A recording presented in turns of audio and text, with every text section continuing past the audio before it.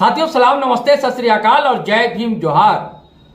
साथियों अब हद हो गई ना कि एक विधायक अगर कॉल करे अस्पताल में उसे बेड की जरूरत हो और उसे एक बिस्तर मुहैया ना हो सके, यानी कि एक मरीज को देर रात और ऐसा मरीज, ऐसा कॉल करने वाला, ऐसे व्यक्ति की जरूरत जो कि एमएलए है और उसे बेड ना मिले, तो इसे स्वास्थ्य विभाग के बारे में आप क्या निर्णय लेंगे, क्या कहेंगे?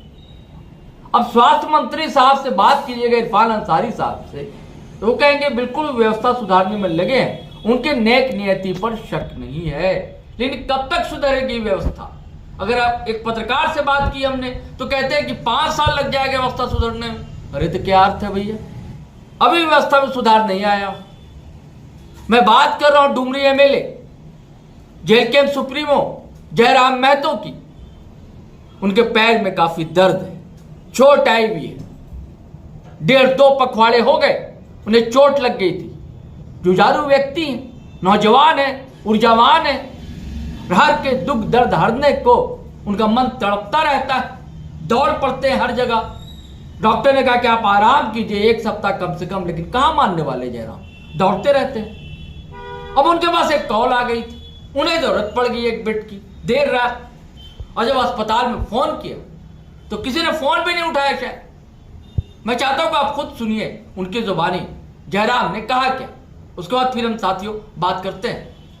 दरअसल आपको बता दूं कि विधानसभा का सत्र चल रहा था, मानसून सत्र। इस दरमियान हम पत्रकारों से जो बातचीत हुई जयराम की, वो वीडियो आपको हम सुनवाएंगे। मैं रात की घटना बता रहा हूँ। रात को लगभग 2:26 में मुझे कॉल आया, तो लगभग 1 घंटा तक हम परेशान रहे उसको बेड दिलाने को लेकर, लेकिन रात को किसी भी पदाधिकारी का, किसी भी डॉक्टर का ठीक से फ़ोन नहीं लगा। ज़्यादातर स्विच ऑफ, ज़्यादातर आउट ऑफ एरिया से बाहर, यहाँ तक कि मैंने माननीय मंत्री जी को भी लगाया, लेकिन उनकी भी व्यस्तता रही होगी, मोबाइल स्विच ऑफ बताया, उसके लिए हम उनको मैंने आरोप नहीं लगा रहे हैं, क्योंकि वो भी एक इंसान है। तो ये तो सच्चाई है कि स्वास्थ्य की विषय को लेकर हर एक विधायक कहीं ना कहीं चिंतनशील है। झारखंड में स्वास्थ्य सेवा जो है बदतर है, इसलिए क्या विधायक मंत्री बाहर इलाज करने के लिए जाते हैं? बिल्कुल बिल्कुल, झारखंड की स्वास्थ्य की जो व्यवस्था है वो ठीक ठाक नहीं है, हमारे इंफ्रास्ट्रक्चर ठीक ठाक नहीं है, हमारे जो उपकरण होते हैं स्वास्थ्य संबंधित वो उपकरण ठीक ठाक नहीं है, जिस कारण अगर हमारे माननीयों को अगर जरा से छींक भी आती है, अगर खरोच फुंसी भी होता है, तो वो दिल्ली, हैदराबाद, गुजरात चले जाते हैं इलाज के लिए। और आम व्यक्ति अगर वो मैंने बड़ा से बड़ा बीमारी का भी सामना करता है तो उसे रिम्स जैसे सरकारी अस्पताल में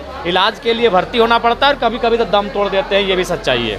जयराम जी, क्या आप घायल, पैर में चोट लगा हुआ है? देखिए, डॉक्टर का स्पष्ट कहना है कि आपको कम से कम 5 दिन बिना चहलकदमी के आराम करना होगा, तभी ठीक होगा, और नहीं तो आप अपना उम्र है, आप अपना जिद में जो करना है करिए, लेकिन जो डॉक्टर हम आपको सलाह देंगे कि आपको कम से कम पाँव को 5 दिन रेस्ट देना होगा। तो हम बोले कि सदन के बाद ही ये संभव हो पाएगा। गैर सरकारी संकल्प में मेरा प्रस्ताव विस्थापन आयोग के गठन को लेकर था, जिस पर मैंने अपने विषय में इस राज्य में जहाँ जहाँ विस्थापन की मार लोग झेले हैं, और आज भी लगातार विगत कई वर्षों से आंदोलनरत हैं, सड़क से लेकर सदन तक, धरना से लेकर हड़तालों तक अपनी आवाज़ को बुलंद कर रहे हैं, अपने हक अधिकार की बात को रख रहे हैं। मैंने इस राज्य के तमाम विस्थापन को एक साथ इंक्लूड करने का प्रयास किया और उसे सदन पर रखने का प्रयास किया, और साथ ही मैंने विभागीय मंत्री से यह मांग किया कि अगले सदन तक, अभी मानसून सत्र चल रहा है, अगला सत्र शीतकालीन होगा, उससे पहले विस्थापन आयोग का गठन हो जाए और तमाम जो विस्थापित संबंधित प्रक्रियाएं हैं उनका निष्पादन हो।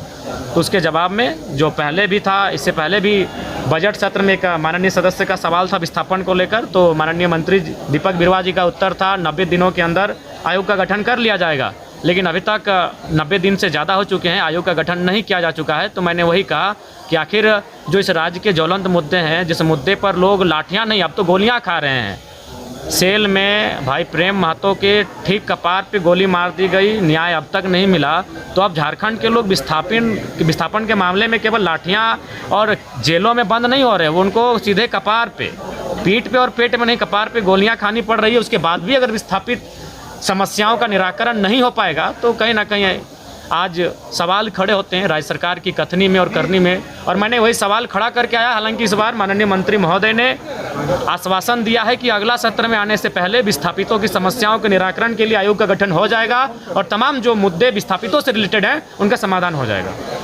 अनुभव कैसा रहा? दूसरा सत्र होगा या? देखिए, अनुभव ठीक ठाक रहा, लेकिन इस बार का सत्र बाधित रहा, काफ़ी हंगामे हुए पक्ष की ओर से भी विपक्ष की भी ओर से, और जो जनहित के मुद्दे हैं वो पटल पर ठीक ठाक नहीं आ पाए।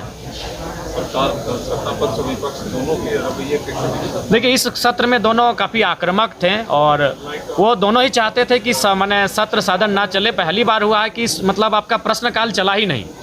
माननीय अध्यक्ष महोदय भी काफ़ी दुखी होकर कहते हुए नजर आए कि अगर इसी प्रकार से सत्र बाधित होगा तो फिर प्रश्नकाल को ही हटा दिया जाए, प्रश्नकाल हो ही ना। क्योंकि प्रश्नकाल एक महत्वपूर्ण चीज़ होता है जहाँ भी सवाल आते हैं और विभागीय मंत्री उसका जवाब देते हैं।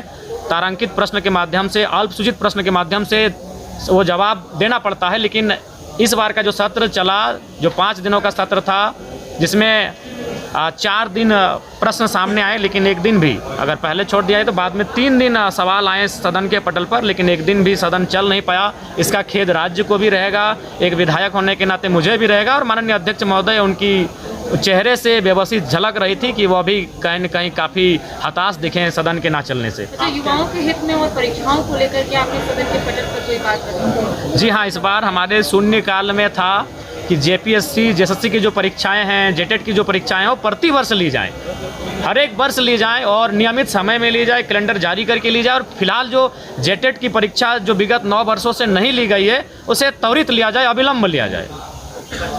आपके कितने सवाल रह गए जो अधूरे? लगभग बहुत सारे सवाल अधूरे रह गए। आज दुग्ध उत्पादन विभाग पर भी हमारा जवाब होना था, पहला ही नंबर हमारा था, तो सदन बाधित हो गया।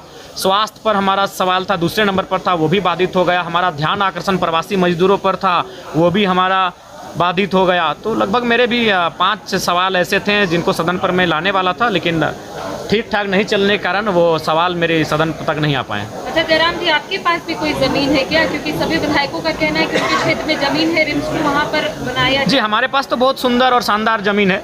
उस हिस्से का नाम है उत्तराखंड, जो डुमरी ब्लॉक के से लगभग 25 किलोमीटर की दूरी पर पड़ता है। एक बहुत ही सुंदर और शानदार ज़मीन है। अगर सरकार वहाँ चाहे, अगर ऐसा हो सकता है तो बिल्कुल हो। साथियों, आपने सुना ना, अब हद होती है ना ये। और विस्थापन का मुद्दा भी उठाया है जयराम महतो ने। उन्होंने 2 दिन पहले ही कहा था, 1 दिन पहले भी कहा था कि वो उठाएंगे विस्थापन का मुद्दा। लेकिन मेरा एक सवाल है, हमसे जब बात हुई थी इसकी शुरुआत में, जब गुरुजी इलाजरत थे दिल्ली में और दुखद उनके मौत की सूचना मिली, तब फिर स्थगित हो गया था मानसून सत्र, तो दोबारा अब शुरू हुआ। तो उन्होंने कहा था कि वो कुर्मी समुदाय को एसटी का दर्जा देने का मुद्दा जरूर उठाएंगे, लेकिन नहीं उठा पाए। इसका मलाल कई लोगों को रहेगा। हो सकता है कि अगले सत्र में वो उठाएं। उन्होंने कहा था कि इस सत्र में उठाऊंगा, और उसके बाद अगले सत्र में झारखंड की माइनॉरिटी का सवाल वो प्रमुखता से उठाएंगे। लेकिन विस्थापन का मुद्दा उठाया और सरकार ने आश्वस्त किया उन्हें कि जरूर विस्थापन आयोग बनेगा। चलिए साथियों, फिर हम नए वीडियो के साथ हाजिर होंगे। लेकिन आपसे गुजारिश है कि अगर आपने हमारा चैनल सब्सक्राइब नहीं किया तो कर लीजिए, और वीडियो हमेशा की तरह शेयर किया कीजिए दोस्तों, लाइक किया कीजिए। कमेंट तो आप करते हैं, लेकिन भाषा की मर्यादा का ख्याल जरूर रखा कीजिए। अब शब्दों का इस्तेमाल बिल्कुल ना किया करें, नहीं तो मैं आपको ब्लॉक कर दूंगा। जिनके भी कमेंट में मर्यादा का उल्लंघन होगा, मैं कमेंट कर डालूंगा। लेकिन शेयर कीजिए, लाइक कीजिए, कमेंट कीजिए। इजाजत दीजिए। जय हिंद, जय भारत।